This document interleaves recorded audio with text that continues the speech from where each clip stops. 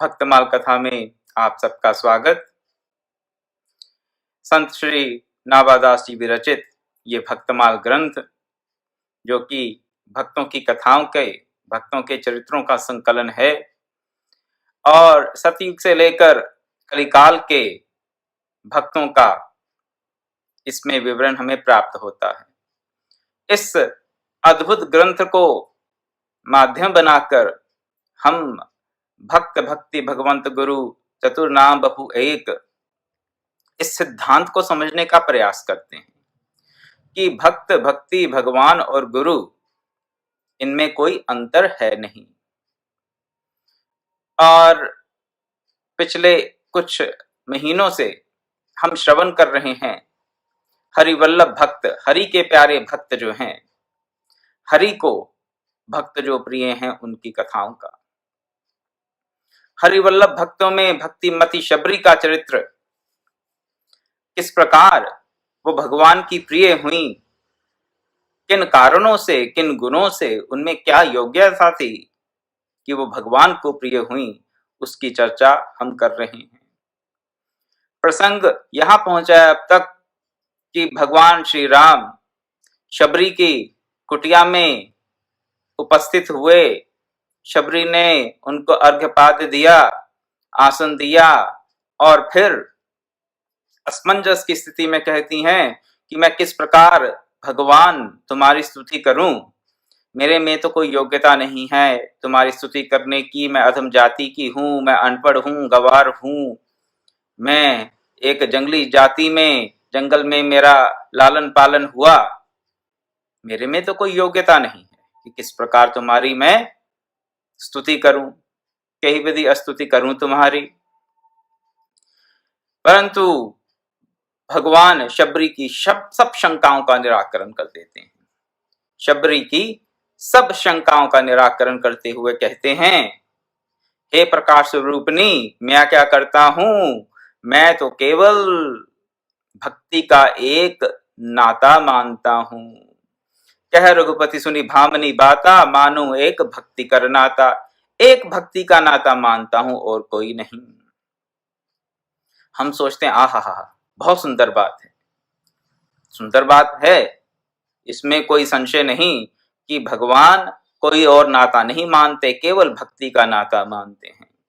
लेकिन उस भक्ति को प्राप्त करने के लिए क्या योग्यता चाहिए, इसकी चर्चा कल की रामायण की कुछ चौपाइयों के माध्यम से भगवान श्री राम स्वयं क्या कह रहे हैं, और आज भी तुलसीदास विरचित श्री रामचरितमानस की कुछ चौपाइयां आपके समक्ष रखकर भक्ति क्या है और भक्ति की इंपॉर्टेंस क्या है, भक्ति को इतना महत्व क्यों दिया जा रहा है। इसलिए नहीं दिया जा रहा कि मैं भक्तमाल ग्रंथ की चर्चा कर रहा हूं, भक्तमाल ग्रंथ की चर्चा कर रहा हूं, ये सत्य है, लेकिन भक्ति का जो स्वरूप है, भक्ति का जो स्तर है, वो अपने आप में अनुपम है, और उस अनुपम स्वरूप को हम समझ सकें और उसको किसी भी अंश में धारण कर सकें, इसीलिए ये सत्संग आयोजित किया जाता है क्रम से। तो भगवान कहते हैं, कह रघुपति सुनी भामनी बाता, मेरी बात सुनो प्रकाश रूपनी, मानू एक भक्ति कर नाता,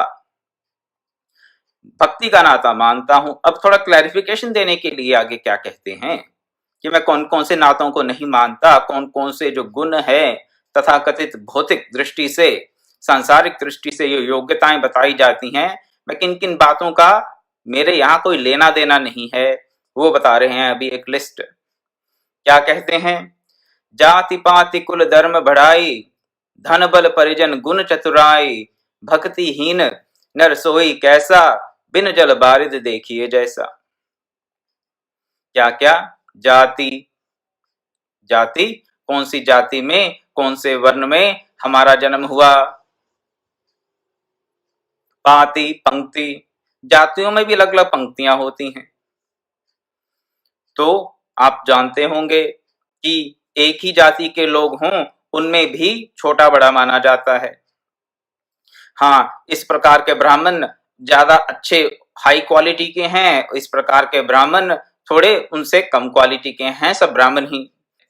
हमारे एक मित्र हैं, बड़े गौरव से कहते हैं कि हम कान्य कुब्ज ब्राह्मण हैं। हमने उनसे पूछ लिया, भैया हमें बताइए कि ये कान्य कुब्ज ब्राह्मण क्या होते हैं, और आप इतने गर्व के साथ कहते हैं। अच्छी बात है, अपनी जाति पे कुल पे मान होना चाहिए। किसी भी जाति से व्यक्ति हो, किसी भी कुल का हो, अपने कुल पर अपनी जाति पर मान होना चाहिए, इसमें कोई संशय नहीं। तो हमने अपने मित्र से पूछा, मैंने कहा भाई साहब आप क्यों इतना मान करते हैं कि हम कान्य कुब्ज ब्राह्मण हैं, ये कान्य कुब्ज ब्राह्मण होते क्या हैं, हमें थोड़ा बताइए। बताने लगे कि हम उन कुल से हैं जिन्होंने भगवान राम के यहाँ भोजन स्वीकार नहीं किया। मैंने कहा क्यों स्वीकार नहीं किया आपके पूर्वजों ने भगवान राम के यहाँ भोजन करना? इसलिए क्योंकि उन्होंने एक ब्राह्मण की हत्या की थी। रावण को एक ब्राह्मण मानकर और राम को ब्रह्म हत्या का दोषी मानकर कुछ ब्राह्मणों ने उनके यहाँ भोजन नहीं किया, और वो उसी कुल के हैं, ऐसी उनकी मान्यता है। मैं नहीं जानता कि ये बात ऐतिहासिक रूप से कितनी सत्य है या नहीं, लेकिन जो किंवदंती चली आ रही है, जो लोकोक्ति चली आ रही है, वो उन्होंने मुझे बताया।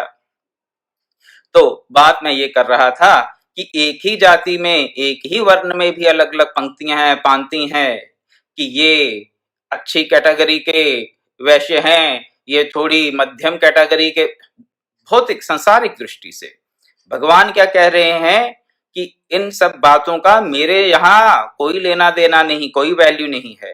किसकी? ना जाति की, ना पाति की, ना कास्ट की, ना सब कास्ट की, ऐसा समझ लीजिए। कुल धर्म बढ़ाई। कान्य कुब्ज ब्राह्मण है, आपके पूर्वजों ने भगवान राम के यहाँ भोजन अस्वीकार कर दिया, उनको ब्रह्म हत्यारा मानकर। भगवान को कोई अंतर नहीं पड़ता, भगवान कोई भेदभाव नहीं करने वाले कि अरे भाई तुम्हारे पूर्वजों ने तो मेरे यहाँ भोजन अस्वीकार कर दिया था, इसलिए मैं तुम्हें अपनी शरणागति नहीं दे सकता, मैं अपनी भक्ति नहीं दे सकता। भगवान क्या ऐसा कहने वाले हैं? नहीं। इसलिए यहां बोल रहे हैं, ना जाति, ना पाति, ना कुल, धर्म बढ़ाई। कुल का क्या धर्म है, आप कौन से धर्म का पालन करते हैं, उससे भी कोई अंतर नहीं पड़ता। श्रीमद् भागवत में कथा पढ़ते हैं किसकी? धर्म व्याघ्र की। एक व्याध, एक ऐसा व्यक्ति जो मांस बेचता था, वो भी परम भागवत हुआ है, मांस बेचने वाला व्यक्ति। अब इसका अर्थ में ये मत लगा लीजिएगा कि हम सबको मांस बेचना शुरू कर देना चाहिए, इसका ये अर्थ नहीं है। अगर कभी जटायु जी का मैं उल्लेख करता हूं कि वो मांसाहारी थे, लेकिन फिर भी प्रभु को अति प्रिय हुए, प्रभु को अति प्रिय हुए। जटायु मांसाहारी थे। जटायु क्या थे? गीधराज। गीध क्या खाते हैं हम सब जानते हैं। देखिए, उस योनि का भोजन वही है, वो उसी का भक्षण करेंगे, ये उनकी प्रकृति द्वारा निर्धारित है। मनुष्यों की प्रकृति उनका भोजन निर्धारित नहीं करती, गीधों का कर देती है, मनुष्यों का नहीं। मनुष्य एक ऐसा प्राणी है जो अपना आहार विहार खुद उसका चयन कर सकता है। प्रकृति ने हमारा आहार विहार निश्चित नहीं किया, इसका निश्चय हमें स्वयं अपनी बुद्धि का प्रयोग करते हुए, अपने ज्ञान का प्रयोग करते हुए करना है। और जहां तक रही बात धर्म व्याघ्र की, वो अपने कुल के धर्म का पालन कर रहा था, कुल के धर्म का पालन कर रहा था। परंपरा से जो उसे जीविका का साधन प्राप्त हुआ, उसने उसका निर्वाह किया, क्योंकि उस समय उस समाज में यही परिपाटी थी। तो ये मत समझ लीजिएगा कि मांसाहार करने से या मांस बेचने से भगवान मिल जाएंगे, कोई अंतर नहीं पड़ता। उनको हो सकता है अंतर ना पड़ा हो, हमें अंतर पड़ जाए। जो किसी का धर्म है वो हमारा भी धर्म हो, ऐसा कोई रूल नहीं है, ऐसा कोई नियम नहीं है। हमें अपने धर्म का स्वयं निर्धारण करना है।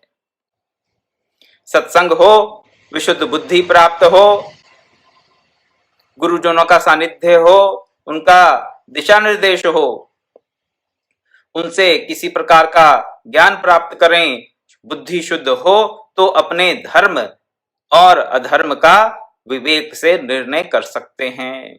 अन्यथा तो अधिकतर लोगों का तो ये ऐसा जीवन चलता है, समझ नहीं आती क्या करना चाहिए क्या नहीं करना चाहिए। बुद्धि अशुद्ध होने के कारण बता रहा हूं कि क्या होता है, किसी का दोष नहीं गिना रहा हूं। अशुद्ध बुद्धि है, अशुद्ध बुद्धि के चलते विवेक स्थिर नहीं है, और विवेक स्थिर ना होने के चलते हम लोग नहीं निर्णय कर पाते कि हमारे लिए क्या करणीय है और क्या करणीय नहीं है। हमारा धर्म क्या है उसका निर्णय नहीं कर पाते। तो किसी का धर्म चाहे मांस बेचना हो या किसी का धर्म यज्ञ करना कराना हो, भगवान को उससे अंतर नहीं पड़ता। जाति पाति कुल धर्म धर्म बढ़ाई बढ़ाई, किसकी समाज में ज्यादा प्रतिष्ठा है, किसको ज्यादा इज्जत मान मिल रही है, कौन समाज में तिरस्कृत हो रहा है, इससे भगवान को अंतर नहीं पड़ता। धन बल परिजन गुण चतुराई, धन का कौन ज्यादा धनी है कौन निर्धन है, भगवान को अंतर नहीं पड़ता। बल, बुद्धि बल, बाहुबल, भांति भांति के बल, कौन ज्यादा बलशाली है और कौन बलहीन है, उससे भी अंतर भगवान को नहीं पड़ता। हाँ, समाज में इन सब ये जो गुण बता रहे हैं, समाज में अंतर पड़ता है। समाज में उसी की प्रतिष्ठा होती है जो बलशाली है, जो धनवान है, जो रूपवान है, जो गुणवान है। तो सामाजिक दृष्टि से, सांसारिक दृष्टि से तो इन सब बातों से अंतर पड़ता है, इसमें कोई संशय नहीं। परंतु भगवान को कोई अंतर नहीं पड़ता है, ना आपके धन से ना आपके बल से। बल कैसा, कई बार सोशल स्टेटस होता है, कोई कहीं का कोई मिनिस्टर है, चीफ मिनिस्टर है, एमएलए है, एमपी है, उसका बड़ा अंतर पड़ता है समाज में, मान प्रतिष्ठा का, बल का, धन का। परिजन गुण चतुराई, धन बल परिजन गुण चतुराई। परिजन आपके कैसे हैं, कोई बड़े बड़े स्टेटस वाले हैं, बड़े बड़े ऑफिसर हैं, या कोई सामाजिक दृष्टि से कोई नीच कर्म करने वाले हैं, भगवान को अंतर नहीं पड़ता।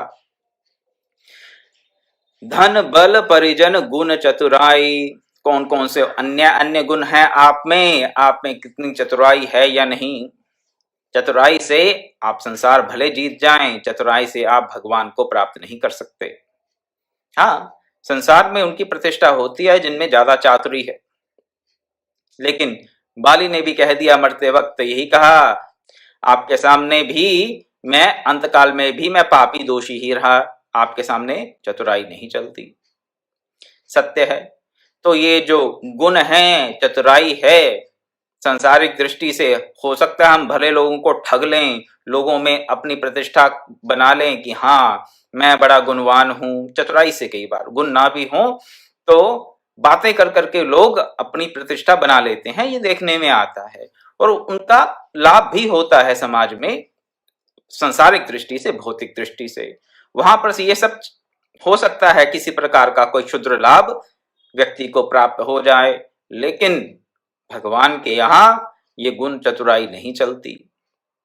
क्या चलता है फिर, ना जाति चलती है, ना पाति चलती है, ना गुण चतुराई चलती है, ना धन चलता है, ना बल चलता है, ना परिजनों का कोई प्रभाव है, कौन से कुल में है, कितनी मान प्रतिष्ठा है समाज में, कौन से धर्म का पालन कर रहे हैं, कोई अंतर नहीं पड़ता भगवान को। और अगर ये सबके सब गुण हों भी, सबके सब गुण हों किसी में, तो आगे भगवान क्या कहते हैं, भक्तिहीन नर सोई कैसा, बिन जल बारिद देखिए वैसा। कैसा है भक्तिहीन एक व्यक्ति जिसमें ये सब गुण हो, सब गुण हो, अच्छी जाति का हो, अच्छे कुल का हो, अच्छे धर्म का पालन करता हो, अच्छे परिजन हो उसके, और धन हो उसके पास, अन्य अन्य बल हो, मान प्रतिष्ठा हो, गुणी हो, चतुर हो, ये सब गुण होने के पश्चात भी अगर उसमें भक्ति नहीं है तो उसका जीवन बिन जल वाले बादल की तरह व्यर्थ ही समझना चाहिए। भगवान के शब्द हैं। तुलसीदास जी अपने भगवान श्री राम से ये कहलवा रहे हैं। किसके प्रति कहलवा रहे हैं? माता शबरी के प्रति। क्यों कहला रहे हैं इस वक्त, इसी समय क्यों कह रहे हैं ये? क्योंकि भक्ति मती शबरी ये सोच रही हैं कि मेरे में तो ये सब गुण है नहीं, ना जाति है, ना पाति है, कुल धर्म बढ़ाई, और ना कोई गुण ना कोई चतुराई मेरे में, तो मैं क्या करूं, मेरे तो हर प्रकार से अयोग्य हूं। भगवान कहते हैं भक्तिमती शबरी, तुम जो जो गुणों को अपने मन में सोच रही हो, विचार कर रही हो कि तुम्हारे में नहीं है, अगर वो सब के सब गुण भी किसी में हो तो भी मेरे लिए उसका कोई अर्थ नहीं है। कैसा अर्थ नहीं है? जैसे एक कृषक के लिए, एक किसान के लिए बिन जल वाला बादल बहुत सुंदर लग रहा हो सकता है, हो सकता है एक बहुत बड़ा बादल हो, लेकिन बिन जल का अगर बादल है तो एक किसान को जैसे उसका कोई लाभ नहीं, उसी प्रकार भक्तिहीन व्यक्ति सब प्रकार से तथाकथित गुणों से संपन्न भी हो तो वो भगवान के लिए शून्य मात्र ही है, जीरो है। और आगे क्या कहते हैं? नवदा भक्ति कहूं तोई पाही, सावधान सुनु धरु मन माही। नवदा भक्ति बता रहे हैं, कहते हैं सावधान होकर सुनो और मन में धारण करो। भक्तिमती शबरी को ही नहीं कह रहे, हमें भी कह रहे हैं, ये हमें भी कह रहे हैं क्या कि मैं तुम्हें, भगवान श्री राम हमें क्या बता रहे हैं? नवधा भक्ति, 9 प्रकार की भक्ति बताएंगे और कह रहे हैं सावधान होकर सुनो और मन में धारण करो। 2 बातें सावधानी से सुननी है, नवधा भक्ति बता रहे हैं भगवान, और उसको मन में धारण करें। और पूरे उपदेश के पश्चात कहते हैं भक्तिमती शबरी को कि तुम विचार मत करो बाकी गुणों का, तुम में क्या है, तुम में ये 9 प्रकार की भक्तियां तुम में विद्यमान हैं। तो ये 9 प्रकार की भक्तियां कौन सी हैं?